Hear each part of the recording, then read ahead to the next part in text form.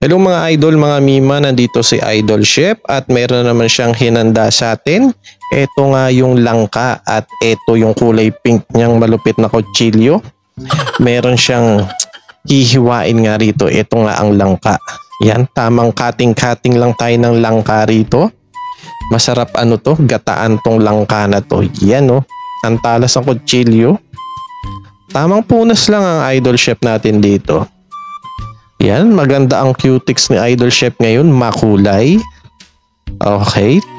Tamang hiwa-hiwa lang, cutting. Yes.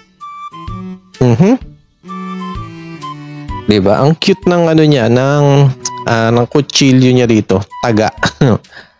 Yan, hugasan na. Para makapagluto na tayo, Idol Chef. Yan, lagyan mo na ng asin yan.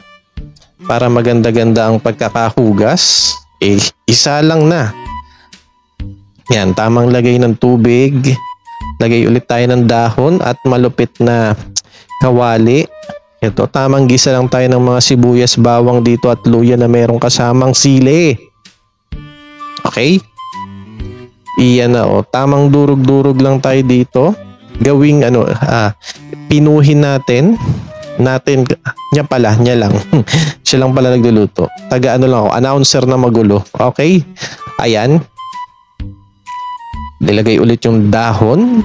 Okay, luya, tapos yung tangkay ng sibuyas. Ayan, tamang gisa-gisa lang. Lagay tayo ng mga seasoning pampalasa.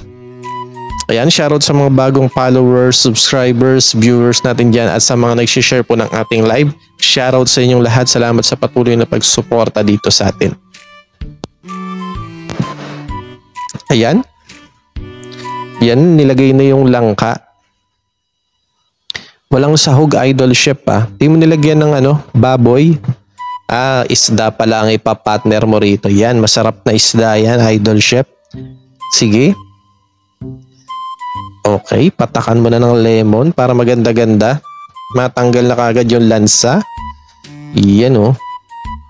Sarap gataan na ito, idol. Mga idol, mga mima. Sarap niyan. Yes. Ayan. Baliktarin na lang.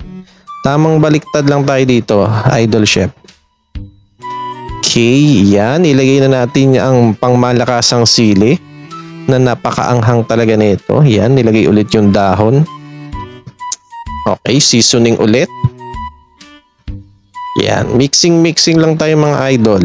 Mga mima, okay.